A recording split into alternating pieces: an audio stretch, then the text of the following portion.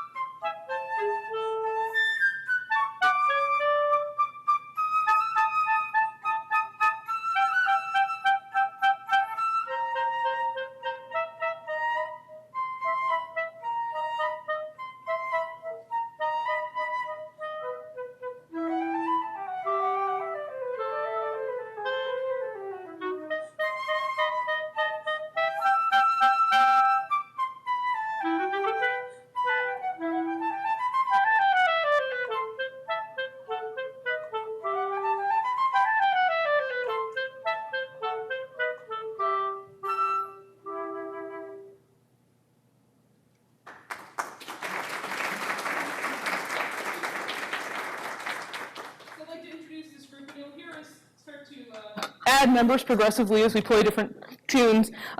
This is Christine Bellamy. She worked in cataloging and metadata at the University of Iowa Libraries and is also principal clarinetist with Orchestra Iowa and plays with Quad City Symphony as well. She's our pro in the group, and she keeps us on our toes, which is great. This is Jennifer Masada. She's our communications manager at the libraries. And this is Elizabeth Cascadian, Liz, and she works over at the Hardin Library for the Health Sciences, but she is the, I'm going to get assistant director? Associate director, that was close, of the Regional Medical Library for the National Libraries of Medicine, which is new to campus and is very exciting for the libraries. And this is John Fifield. He is a Olson Fellow at the University of Iowa Special Collections, and he's graduating, and we are going to miss him very much. But right now we are the Voxman Five, a bunch of library staff members who get together and play music when we can and perform whenever somebody is willing to listen to us. So the pieces that you'll be hearing tonight are related to Mr. Voxman because they are drawn from the many publications he produced over the years. And the first was a duet, Geminiani, and I can't remember what generic title, duo number 7 it has. Number 7, only the best. And then this next piece is by James Hook, and it is a trio, and we'll add a flute. So.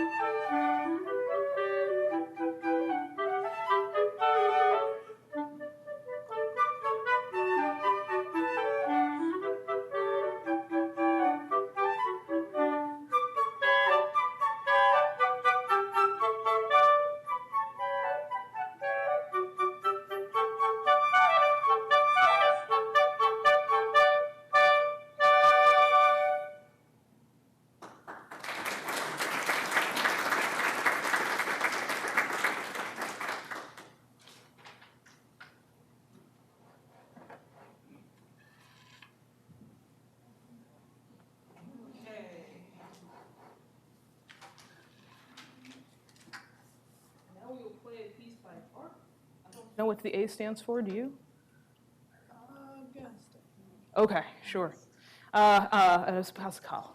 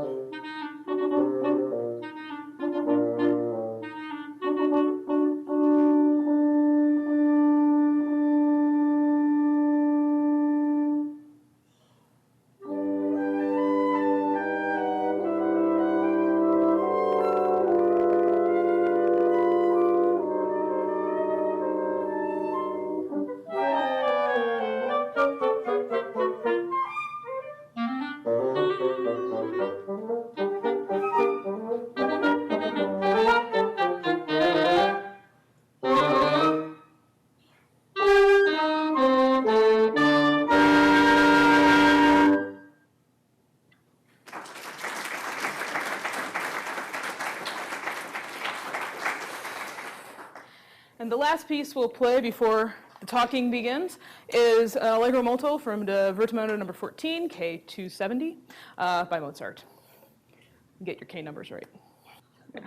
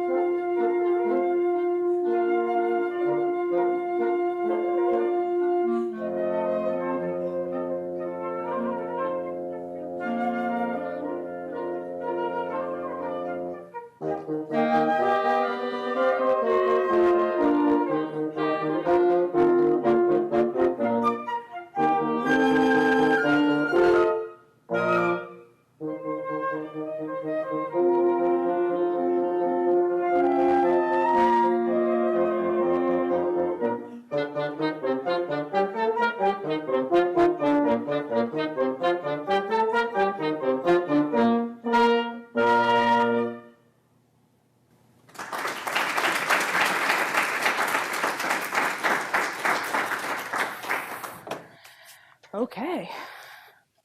You guys don't have to sit up here for all of this. Thank you so much for coming tonight. I'm very excited to talk about this topic. I gave a similar talk at the music library back in, oh, wow, okay. Back in, what, February? And they said, hey, could you come do that at ICPL? And I said, yes, but let's get some information about Charlie Ebel, which is why we've gladly gotten David here. So if we're going to talk about music in Iowa City, you can't really do that without talking about both Jaime Bachman and Charlie Ebel. I'm going to start out by talking about Jaime. Mr. Voxman, an Iowa graduate and director of the University School of Music from 1954 to 1980, did a bit of everything in the world of music. He played clarinet, he administered music programs, wrote curriculums, taught students in studios and classes, was responsible for bringing a slate of world-class musicians to Iowa City as teachers, performers, lecturers, conductors, and more. However, Mr. Voxman is probably best known beyond the borders of Iowa City for his countless music publications. Indeed, my acquaintance with Mr. Voxman began with this volume. Got this back when I was probably in late middle school, and my sister and I would play through the Selected Duets, Volume 1 all the time. And you can tell we really liked it because the cover is gone. I'm surprised, actually, that the binding has held at all, though this strip of gaff tape has helped. For many instrumentalists, Mr. Voxman's books and arrangements played a key role in their musical training. And this evening, I'll be exploring Jaime's publishing career by focusing on his search for old music that could be used to create new editions, and his many publishing and collecting collaborators, including Charlie Ebel. Jaime Bachman was an Iowa native, born in Centerville in 1912. He started playing clarinet in grammar school, did a bit of professional band playing in the late 1920s, but eventually landed at the University of Iowa in 1929 as a chemical engineering major. He followed up his BS with a master's of music psychology under Carl Seashore. He couldn't get a job as a chemical engineer, so he went to grad school and got an assistantship in psychology that eventually got music sort of added into the mix. And his thesis in 1934 was titled The Timbre of Clarinet Tone. He taught music in local schools until joining the Department of Music faculty in 1939, which was then under the direction of Philip Greeley Clapp.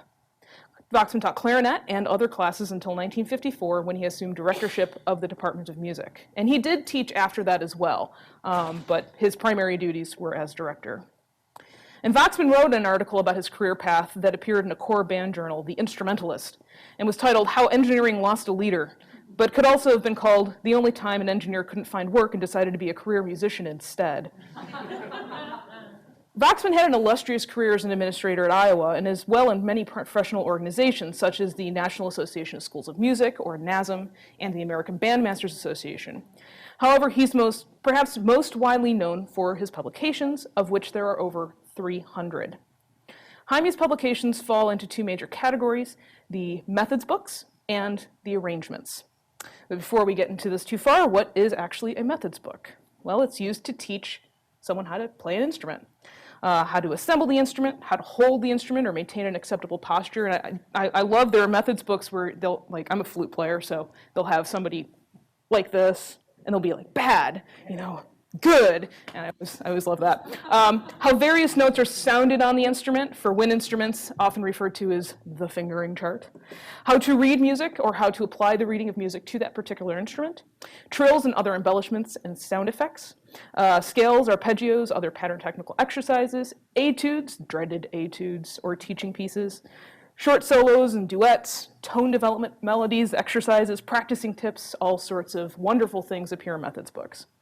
Of course, there are methods for voice and keyboard and string instruments, but Voxman's methods are primarily for wind instruments, although some string literature does creep into his publications from time to time. His first methods book was this, The Modern Clarinet Method, published in 1938, the year before he joined the Iowa faculty. It was co-authored by his former teacher and band director and eventual faculty colleague, Bill Gower. And Gower used to write out a 12-week program for his clarinet students. And Himie went to him and said, I think you should extend that beyond 12 weeks to a year, and let's make it a real book and publish it. And so they did. It sold 6,000 copies in its first year. Himie quickly became interested in publishing another volume to create a series. A great entrepreneurial spirit. When publisher Jenkins passed on the idea, Himie went to Chicago-based Rubank, and the rest, as they say, is history. Voxman went on to publish 17 advanced methods books with Gower at Rubank, as well as additional instructional volumes such as the Selected Studies Etude books, 7 volumes, Concert and Contest Solo Collections, 10 volumes, Selected Duets, 12 volumes, the Chamber Music Series, 6 volumes, Ensemble Classic Series, 4 volumes, and the Repertoire Series, 11 volumes, and I ran out of space. In addition, he arranged over 100 works for solo instrument and piano and over 75 works for chamber ensembles with publishers Rubank, who also published many of these, Music Herrera and Southern Music Company. Himie was not a composer and rarely contributed any original music to his publications. So then what was he publishing? He published arrangements. He took music that already existed and he edited it and he produced a new edition. And this included the solos and chamber works. And Voxman arranged music by many well-known composers. As you've heard tonight, we played Mozart, works by Haydn, Handel, Strauss, Beethoven, Bach. But there's a much larger group of composers that he brought into his publications, lesser-known composers, often what are referred to as Kleinmeisters and minor masters, Stamitz, Spohr, Kozelluch, Hook, who you heard tonight, Gimignani, who you also heard tonight, Devienne, Hummel, and of course, in Iowa City at the Rita Benton Music Library, Ignaz Pleyel, who was the composer who was the subject of study of Rita Benton, and we have a lovely early editions collection of that in our rare book room. You'll find Pleyel's name all throughout Himie's publications. This literature is easily findable today due to shared online catalogs and publishers' websites. But how did Himie find all of this musical literature in the 1950s, 60s, and 70s, and 80s when he was creating his editions? Voxman's acquaintance with this repertoire was drawn from many trips taken to Europe and the scores and copies of scores that he brought back with him to Iowa City. Early trips were made with Charlie Ebel, proprietor of Iowa City's sheet music emporium, Eble Music. And I believe that Himie met, and you can correct me on this, met Charlie when he was Clapp's secretary? Is that? So Charlie started out as, he was secretary to P.G. Clapp. He kept the director of the School of Music, all of his books, and kept track of the music, and that would have been when Himie first encountered him. And Charlie spent many years making contacts with European publishers in order to stock Eble Music, which was, again, a far harder task in the 50s and 60s than today, especially if you wanted to stock any music from Russia, the USSR. Voxman spent his time on these trips visiting libraries and archives, searching for manuscripts of work he could arrange and republish in new editions without that fuss of paying for royalties, because he would find public domain works that he could freely publish. So he was particularly interested in composers of the late 18th and early 19th century. And so a lot of those names I listed off for you before, that's the sweet spot. That's what he was largely arranging. And I want to give the floor to David, and he can tell you a little bit more about Eble Music and Charlie Ebel.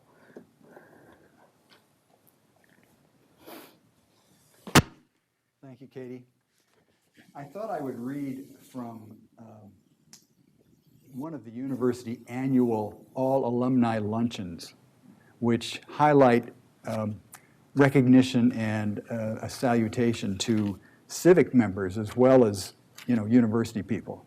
So there's like usually 8 or 10, sometimes 12 people honored every year, and it happens in June. So this one's dated June 3rd, 1989, which is 2 days after my first day of owning Eble Music.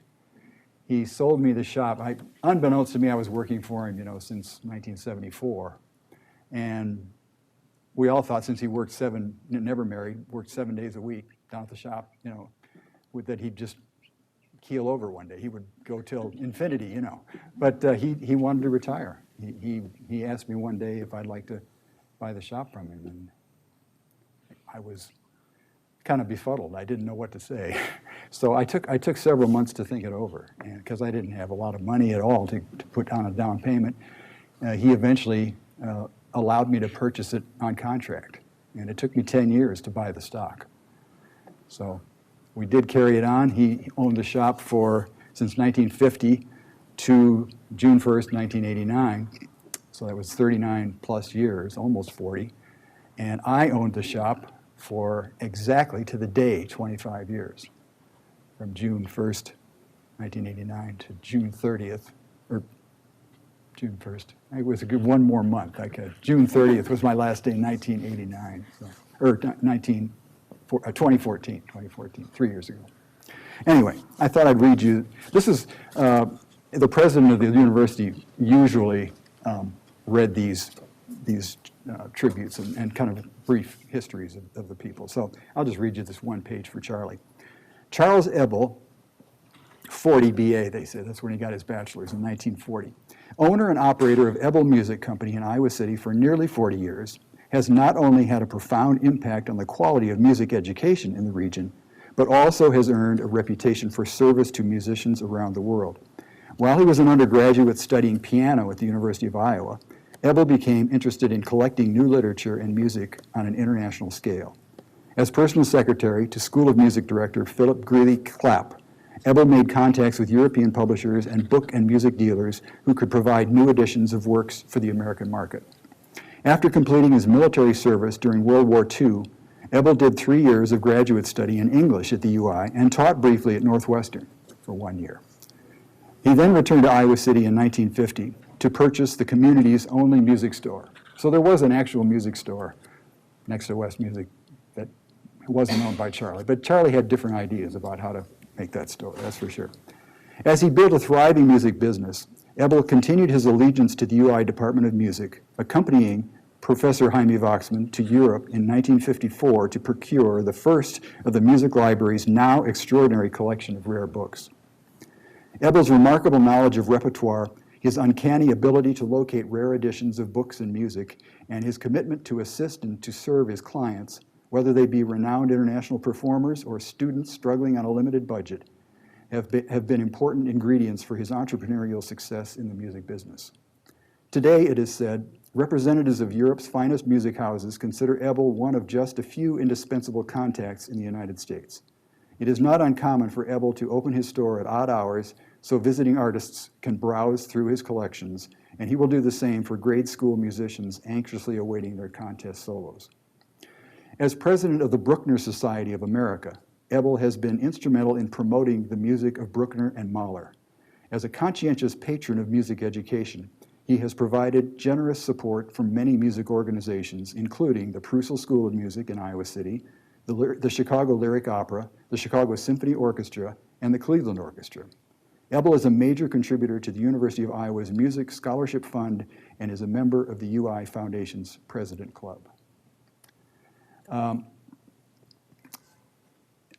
That last paragraph, which talks about the Buehner Society, was a really big deal because there was a Buehner Society in Europe, but not one in America. And he and with Jaime's help, I think, got some people together, mostly from the East Coast, but lots of people all over the country who were interested in Buehner, and several local folks too, to join in establishing the Buehner Society of America. And when Charlie retired, he quickly told me that he would like me to continue that. So I was president of the Buehner Society for several years. And it's a wonderful group. They have a fantastic website. Both, especially Charlie, but also Mr. Voxman liked Buehner's music very much. So it was only appropriate that they kind of continue that too. But he did get, before he started working for Mr. Voxman, before he collaborated with Mr. Voxman on all these trips, a decade before that, in the 40s, he made contacts in Europe, which were very valuable, and libraries too. He would go to libraries. He would go any place where there were musicians, made personal contacts, and started the web of knowledge that became the basis for his owning the store and running it so wonderfully. When I took it over, it was still, shall we say, non-computerized. Like today, like Katie referred to it, today it's much easier to locate things, and every new composer on the planet has a website or some other way of, getting easy acquisition and getting in touch with these people easily. That wasn't true in the 70s and even 80s. We still did a lot of work, and even after I owned the shop, it was spent a lot of my time researching contacts, friend to friend, and you just can't believe the stories of what it took to track some of these folks down. But they were always amazed that anybody from little old Iowa City, Iowa, was contacting them, and sometimes things really caught on, and we would have continuous relationships with these small individuals, many times just individuals. Also, some small European publishers too that just were not on the map. So it was a very interesting and valuable experience for all involved. I'm totally forever grateful for being a part of that, because it was, I had the same library instincts that Katie and Charlie and Jaime had, and it fit really well. So the owning the shop and running the shop for all those years was really an honor, and it really struck a chord with me, no pun intended. But I really do appreciate everything that he did for me, and also Mr. Voxman. When I came to, he did an enormous amount of work when he was the head of the music school in '54. I began as a freshman in 1966, and he was my advisor for 4 years. He took all the scholarship people. I had an out-of-state scholarship. I grew up around Chicago. And I had an audition with Fred Ebbs, the band director, in a hotel room for 5 minutes. I got my oboe out and played and says, "Oh, okay, we'll give you full scholarship." That's the way it was in those days. I said, "What? But I brought all this other stuff to play." "Oh, that's okay, that's okay." And so Mr. Voxman, he took it from there. When I registered to start classes in 1966, he put me through. It's a field house. We did everything with punch cards. It was so non-computerized. We had to get our cards signed and our schedule approved by our advisor. So here I was, a freshman, dealing with the head of the music school. It was kind of daunting. And for 4 years, we kind of fought, because I was an oboe major, and I wanted to play piano. I played piano all my life since I was like 3, And he said, oboe's too tough, you can't do that. So we fought, I wanted to take oboe. On my 8 semesters, I think I took lessons for four times. I won 4, he won 4 battles. But he told me, you gotta make reeds, you gotta learn this craft. Well, I'm glad he nailed me down, because it paid off in the long run. But anyway, he was astoundingly dedicated. And one thing that an idea that he completely started was the famous selected wind and percussion and ensemble materials, fondly known in music circles among music students, teachers, everybody around the country, called the Black Book, because it had a black cover for the longest time. But it was just a mimeographed thing, real single line things. Katie's seen copies of this. You got a copy of it, yeah. It was really comprehensive, though, and he got his staff, everybody on staff, not just the wind players, all the brass players, the percussion. It was all the woodwind, all the music people except for strings. All the winds, all the brass, all the percussion. Those teachers had to, every couple of years, update their lists, which was what he pushed them to come up with, a list of what they thought were the core items, both study materials, solo materials, and ensembles in this book. And it was beautifully laid out and very popular. I mean, at Eble Music, we sold thousands and thousands of copies. And I think when it first came out, it was, I don't know, like $2 or something. I think it finally reached, with more printing costs, better printing costs than a cover, it might have gotten up to $5. But it was totally, it had so much information. I mean, teachers, once it went out of print, Charlie went to a nursing home, and we just had less and less call for it. Still, some people would hear about it, and we'd have to dig up copies somehow to. I had somebody call in 2014. In 2014. Yep. Wow. Yeah. That was probably the single biggest publication breakthrough. But he worked for other publishers, and the last thing which I helped him edit was a duet book that was published by Hal Leonard, I think in about 2009 or something like that. It was quite amazing. He was just working up, and of course his last performance was at Oak Knoll Home, where he got together with his son Bill, who played clarinet also. They played clarinet trios. And at that point in time, he was 99 years old. And they put a mic for him so he could say some things. He spoke very softly. He was kind of weak. And he says, I'm prone to forgetting things, so if I forget to go back and do the repeat, you'll understand. And that happened a couple of times, which made people just smile, because he was, despite the fact that he was losing his mind a little bit, it never occurred to him to give up playing. He loved it, and he sounded great, I tell you. Anyway. I kind of got off on mine. I should talk about Charlie more. Well, what can I say? Keep going, and you can chime in anytime you want if I stray. One thing we're really good about doing, we found a couple of places in Europe that are what they call jobbers, which were kind of, you know what that term means.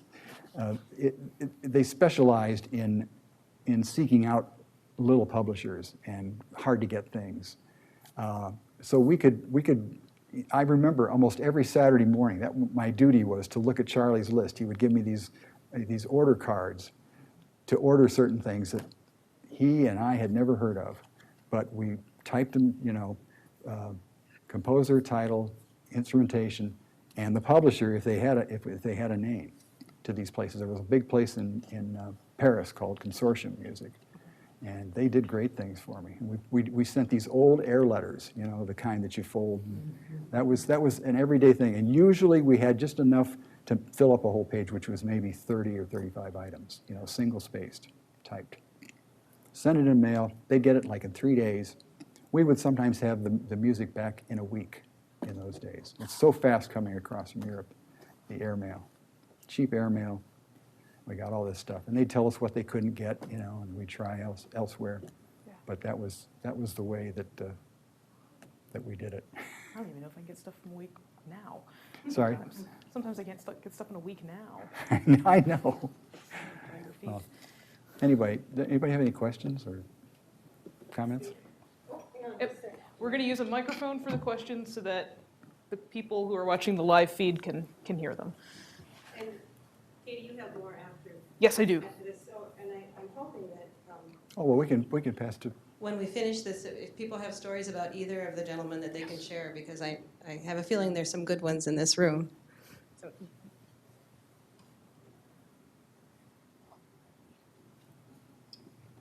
Could you talk about the connection between West and Ebel in that picture? I didn't know they'd ever been. Yes, right next door to each other. But they were not together. I mean, they were separate No, entities. Separate businesses. Yeah, West Music was always the instrument company, and still is. But they've, especially since I sold the shop to a place that has Eble Music going still in Bloomington, Minnesota. And where was that location? What street? On Clinton Street. Pardon me? On Clinton Street. Almost right across the street from Prairie Lights. Exactly. That's the alley there on the right side. Going. Where there's a bar now, is that where? Right next to the, is it across from the bank? Charlie was upstairs, or was it the other way around? No, Charlie was on the main floor and West was upstairs. Isn't that right? No, this was even prior to what you're thinking of, Lance. This is Really next door on Clinton Street, kind of where the mall is now, that block. So for the audience at home, we're having a discussion, as you always do when you are going back in history about what exactly was what you're looking at and what the locations were. So this was on Clinton where the mall is. Okay. No, not this one. Yeah, this one, Yes. On Clinton. this door. Yeah. We're continuing our discussion of where the building was located. So, and we'd be glad to do some more research at the library tomorrow, exactly where the locations were. I So Katie, do you want to? I think this picture is actually on West's website, and they have a little history there, and I think it says exactly where the shop was. So It says on Clinton, not- I was on cannot Clinton. remember Nope. off the top of my head, It was on I Dubuque. think that's but Dubuque. somebody's going to look it up. So here we are in our little history discussion. But before, Katie, would you like to continue? I can continue on. And then after Katie's done, I hope we have some discussions of whether you visited this store or the one on Clinton Street or my favorite one, which was next to the library. And I remember calling Eble Music a lot back in the day, before pre-internet. I know well, most of you here are aware of that. But we would call Eble Music and they would help us because people would want music that we couldn't find. Most often we would go to send them to music school, but with them so close next door, and you were always so very helpful. And sometimes people want to buy music, not borrow, so there's that too. Yeah. Voxman was also on the lookout for items to purchase for his personal collections. That of the fledgling music library, housed in the basement of the East Lawn building. And he worked with, at the time in the 50s, Rita Benton started as a part-time librarian, who's pictured here, and she would send him to visit her music librarian colleagues in Europe through her connections with the International Association of Music Libraries, Documentation Centers, Archives and Documentation Centers, otherwise known as YAML. And she was president of that organization in the 1960s. YAML had a project that is called RISM, and that still exists today. It's a project that itemizes, it indexes sheet music. And so at the time, libraries from all around the world were sending cards that contained the information for sheet music pre-1980 in their collections to a central location in Germany, in Frankfurt. And so Himie would go to that location and he would look through all of the cards and he would find things that he wanted to go look at, or just sometimes he would just take a copy, he would copy the card. He would copy the information off of it, or he would photocopy the card and just go home with the information so that he could access it later. And his target was to go to the archives and often procure copies or microfilm that he could bring back to the States. Rita Benton also furnished Voxman with shopping lists. She was looking for items, I think, for her own research, but also for the music library. And so many of the things that Voxman was purchasing are now in the music library's collections. That includes scores, but also some materials, as you said, in the rare book room, and Charlie Ebel was helping with that as well. Voxman's creation of woodwind, brass, and percussion methods had the byproduct of also depositing a grand collection of contemporary and historical methods books in the collections of the Rita Benton Music Library. And that was part Voxman and part his colleagues. I think that his bug for creating methods books and itemizing literature, it caught on with his colleagues, and many of the faculty collected themselves. And if you go through the stacks, you'll find many scores stamped with various faculty members. I was pulling some copies off I just went to the horn section and I think I pulled 4 scores off the shelf before I found Paul Anderson's stamp in there. Same thing with the flute literature. I found Betty Bang pretty quickly too. I know Charles Went has stuff labeled in there, and I mean, it's just, and there's Voxman stamps everywhere. He has a very distinctive stamp, H. Voxman, that's in the collection. Voxman didn't just courier items back to the States or purchase them. He, again, made use of photocopying, especially of manuscripts in libraries and archives, and he thereby brought unique items home from Europe to Iowa, where copies were then stored or microfilmed. And even today, the Music Library fulfills requests for these items from around the country and the world, where we will send the copies or the microfilm to researchers. It's called the Voxman Research Archive, and it's held in a handful of filing cabinets and other storage spaces in the new library. And this includes photocopies from items from East and West Germany, Denmark, Great Britain, Czechoslovakia, Hungary, Italy, Belgium, Austria, Spain, Switzerland, the USSR, Poland, and France. And there's evidence he made such copies with the understanding of the librarians, archivists, and dealers he encountered, including the following story he was fond of telling and is repeated in Michel Husted's 2010 dissertation on Voxman. In 1961, Voxman went to Prague and with the help of a native friend visited all the used music dealers they could find. Voxman had brought a letter he had acquired from the Czech Cultural Embassy in Washington, D.C., which permitted him to do research in the Prague National Museum and Conservatory libraries. Voxman later wrote that he had, quote, thumbed through about 100,000 library cards on that trip, and had examined the actual music as much as time permitted. He arrived when the library opened in the morning and tried to stay through the lunch hour. The conservatory library closed at noon, but the librarian allowed him to stay until he came back from his lunch. He gave Voxman the keys and instructed him to lock the door after him and to not let anyone in except for himself after he had finished his lunch. And if you know anything about visiting European libraries, especially in that day and age, that's not normal. That does not happen for people. Voxman's trips continued into the 1970s, and of particular note is a lengthy trip from 1972 while he was on sabbatical. Right after the then New Music building opened, he went on a big trip to Europe. Though he described the trip as less fruitful than previous excursions, he visited libraries that were in largely inaccessible areas, such as East Berlin, Poland, and Moscow. Voxman not only photocopied scores, but also catalog cards, such as those held at the Frankfurt RISM Central Redaction, in order to maintain a record of his findings that could be converted into shelf lists once he returned to Iowa City. Voxman and many of his instrumentalist colleagues created bibliographies of wind literature that at the time were unmatched in the United States. Eble Music served as publisher and distributor for this resource for many years. The University of Iowa Guide to Selected Wind and Percussion Materials, and it included contributions from flautist Betty Bang, oboist James Lakin and Mark Weiger, bassoonist Ronald Tyree, who also curated the saxophone list, percussionist Tom Davis, trumpeter David Greenhoe, hornist Paul Anderson and Kristen Thielander, trombonist John Hill, George Crum, and Mark Thompson, and tubist Robert Yates. Voxman compiled the chamber music portions of the text, which was his particular area of interest and expertise.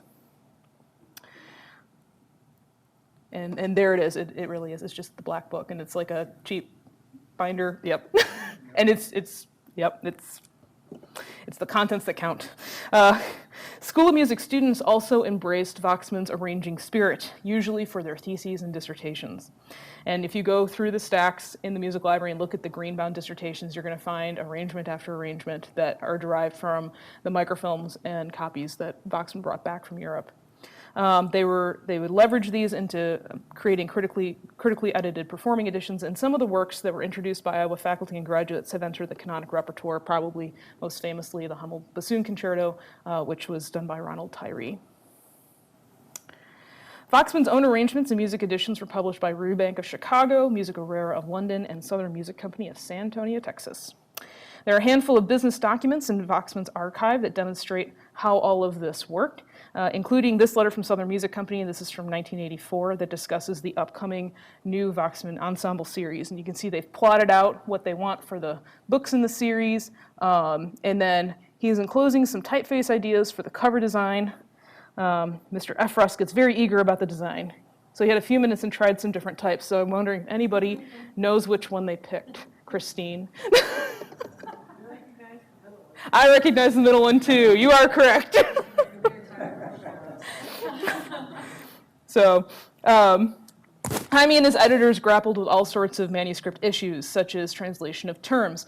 In this exchange, Arthur Efros from Southern and Himie discussed the term rinf, R-I-N-F, period, or forzando, and how it should be notated in a modern edition. So, dear Himie, with regard to the J.C. Bach in measure 13, I see the word rinf. According to my reference sources, there was a period of time when the word rinforzando was used instead of crescendo. Could this possibly be the case here? And let's see if I can read Himie's handwriting. This is doubtless the case here, though many times it implies accent rather than. You're welcome to change it. So. And later exchange shows Himie puzzling out ornamentation in a Gabrielski work, where he initially interpreted something as a trill, but after examining other works by the composer, decided it was a turn instead. And I was tempted to make Christine play a trill and then a turn for you, but I'm not going to do that to her. She would. She's a pro. However, no surprise to any musician who has performed from a Voxman edition, I would say articulation is probably the thing he toyed with the most, and dynamics were not close behind. So this is, he would get proofs back from the publisher, and we have a couple copies of these where he's going through and making edits on the proof copy in red ink often, which I found brave. Bachman's method, books, and arrangements were a bit different from other publications. The music was really cheap. Even today, most of the methods cost under $10. They're relatively easy to play, produced in abundance. I believe he wanted musicians of all ages and ability to explore as much musical literature as they possibly could, to always have something new to play, and even more unusually than other methods and arrangements, with other people. Voxman loved arranging works for small ensembles, duets, trios, quartets, exactly the sort of arrangements you've heard at tonight's lecture. In fact, Himie commented once that, quote, "I've always liked duet playing. I thought it was the best way to teach. I still feel that way. Stylistically, the students can learn to imitate you, provided you're worth imitating. I like students to learn to sight read while playing duets. When you've got new stuff before them with accompaniment, I think it's an important part of their instruction. It's also more fun to play duets than to just play by yourself." And clearly, I couldn't agree more. That concludes my part of the lecture for this evening, and David and I are happy to answer questions. A lot of things I showed tonight, you can see at the Rita Benton Music Library. We have Voxman's papers there that we're still sort of organizing, and we also have so many Voxman scores on the shelf. You can come and explore the collection. You can search his name in our catalog, and you'll get plenty of hits. And so please stop by the music library. If you haven't seen it yet, it's lovely. It's on the first floor of the new building, and it's definitely worth a visit. So thank you, and we'll take questions, and then Christine and I are going to play one more duet for you guys. And I'd just like to second the music library it's a beautiful, the Voxman School of Music is a beautiful facility, and the library is fantastic. There's a rare book room that you really should stop and see, and the staff is wonderful there as well. So does anyone have you have something to say? Where is the questions? I suspect I've known these two men longer than anybody else in this room. You have. My name's Laird Addis. I was on the philosophy faculty here for many years, 41 in fact. But I had a music major. But I met Jaime Bachman 70 years ago this spring. I was 10 years old. He must have been in his mid-30s or so at the time. And it was because my brother and I started going to Horace Mann grade school in that spring of 1947. The Voxmans, two boys, Bill and Jim, were about the same age, or about the same age as my brother and me. And we became friends very early on. They came over to our house on East Fairchild Street to play. And we would go over to the Voxman house on North Lynn Street to play. And of course, we got to know them as the parents, so I didn't know them very well at that time. But Himie, as some of you may know, took some of Seashore's aptitude tests. He'd go into the public schools and give music aptitude tests to the students, at least in the grade schools. If you did well, and if you weren't already playing an instrument, he would go badger your parents to badger their kid to start taking lessons, which worked with me and my brother both. And I started clarinet lessons, not with him, with a man, some of you possibly know that. Anybody know the name of Luverne Wintermeyer? He was a high school band orchestra conductor, but also a clarinetist, my clarinet teacher. That's another story. Anyway, so I'd known Himie all those many, many years. But then when I started college in 1955, I too had a music scholarship, and like David, and he, like David too, Himie was my advisor for, not just for the music classes, but for everything. I mean, all of our liberal arts requirements and so on. And all that went well until I decided that I wanted to add another major, namely philosophy, and drop all of my education courses, which horrified Himie. And then when I made the decision to go on in philosophy and not in music, that was another, apparently, a disappointment to him. He wanted me to be a high school music teacher, and I came to see that was not my calling, if I can put it that way. But then later, we, of course, were colleagues in the College of Liberal Arts, and for the 7 years that I was chairman of the Department of Philosophy, and he was the director of the School of Music, we had many meetings in common because the directors and chairs got together every month with the dean. But I must say, in all those many years after I was back here on the faculty and so on. I knew him mainly as someone I saw at recitals. He went to everything. And one thing about Jaime Bachman that ought to be mentioned, unlike all of his successors, I think one could say, he went to almost every faculty recital, every one of them. And he'd come to orchestra rehearsals too, almost every time of the university orchestra. And he always walked to everything. That's, I don't think I ever saw him drive his car to school, even when the old, what we now call the old music building on corner of Gilbert and Jefferson. Yeah. He'd walk there. That's not so terribly far from North Lynn. And then when they had the one down by the New Hampshire, now the merely old music building, he'd walk down there. And he always walked across the Park Road Bridge. We live over in that neighborhood, so I often saw him. But he's the amount of work he did. I mean, we have what you've heard mostly about, all these publications and so on. Director of the School of Music, bringing in all kinds of people all the time, attending all these things. He's like a few other people I think of that you think they're really triplets or something somehow that doing all of this work. One of the most amazing persons I've ever known in my life. Charlie, I don't remember when I met exactly. It was probably in either the very late 40s or early 50s when I started clarinet lessons, and I would go to his place to get music. And I studied through those methods as well with my clarinet teacher. So, and then late in life, I and Charlie Ebel and Jaime Voxman and Dick Hervig, some of you may know him from the School of Music. He pops up in the methods books a lot as well. Oh yeah, I can imagine. Music. And Jim Dixon, when he was in town, he was retired. We got together about once a month for lunch. And those were for a few years till some of them got too old and some died and so on. I was far and away the youngest one of the bunch. But those were wonderful times. And those guys, Charlie and Jaime, they're both pretty quiet persons, as some of you know, but they had fantastic memories of all those many years, those great years, which I think of as the really great years of the University of Iowa School of Music. And it's been somewhat, it's not that it's gone downhill. It's not far from it.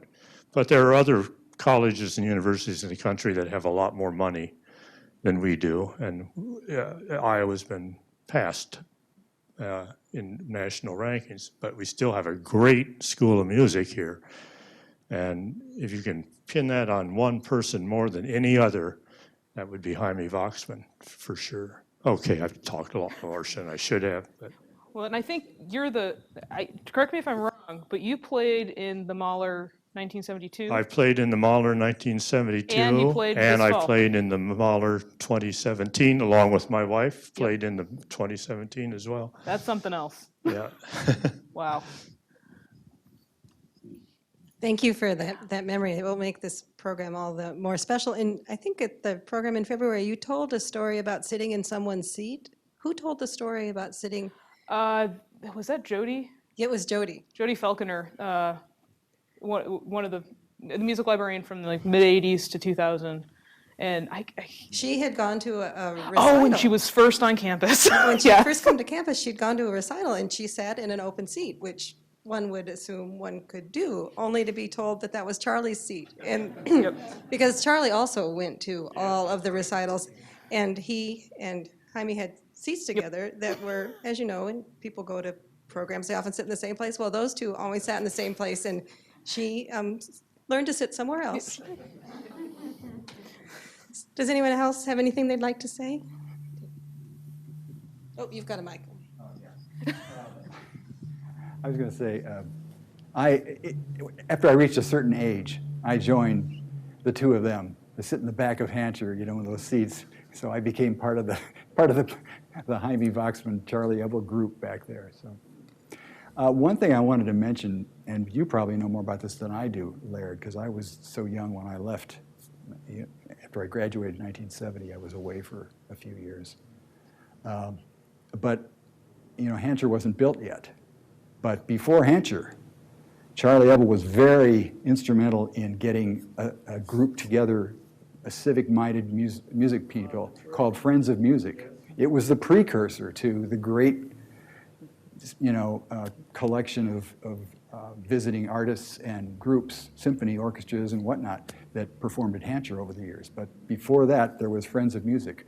I remember as an undergraduate hearing Isaac Stern play, and they paid for, they got this group together to kind of finance a great series every year. So that. Most of the performances were in McBride. In McBride, the McBride Ballroom, first floor ballroom. That was where we played all our UI symphony concerts too. Under Dixon and the operas. Crazy. Yeah. Well, thank you both, or thank you all very much, and I think we'll do, you have something to say? Wait, hang on, just a moment. We're coming. Now, as I recall, and I'm kind of fuzzy about this, but there was a fire at Charlie's place or water damage or something? An Eble Music in the basement at one point? At the store. At the store, yeah. And as I understand it, talking to people at West, they went over to help, and they had a real mess on their hands because the music wasn't organized. It was organized in the file drawers, but when they took it out, they had a real hassle getting everything back in the right place. Oh, yes. Yeah, it wasn't a fire, excuse me, it was a flood. Flood, okay. Yeah, there was a water main bust broke on Washington Street. And Charlie, of course, after work was done, he owned the shop, he would be down there in the evenings. And he was down there about 9:30 one night when he noticed there was some water under his feet. And he traced to where it was coming from. It was coming from a door that we shared the basement with at 11.5 South Dubuque with Meacham Travel, who's still there, of course. And theirs was flooded too. I mean, the water was coming in, and so he called the authorities, and the fire people came over, of course, just a couple blocks away, and said, "You better get out of here." And so he didn't have time to do anything. He put some stuff above the file cabinets, and there was enough flood. The next morning, I rode my bike to work. I remember it was the first week in August, whatever year that was. And I could say this big, a big hose that was siphoning water into the street, and I go, oh no, I knew what had happened. So I went downstairs, and when it was all said and done, when they got all the water out of there, it left a water line. We had file cabinets 5 cabinets high, and it went to the middle of the 4th one. All that music was destroyed. And it was right, of course, before September. So, he and I put together a stock list of trying to get everything that we knew we needed in. I don't know how he paid for it all. I suppose by then he had enough tucked away where he could do it. But we got ready for the start of school the last couple of weeks thereafter. It was something. But yeah, it was a flood. Clean water. And Mr. Voxman took a lot of stuff that he wanted. He poured through some of these drawers and laid them out in his backyard and let them dry out in the sun and saved some things for people that he wanted, that he knew he wouldn't be able to replace, To look for wrinkly scores. Well, what a great story to end on, just emphasizing the relationship between Charlie Ebel and Jaime Bachman. So, Yep. Katie, Christine? All right. We're going to play one last Mozart, duo number 2, K424.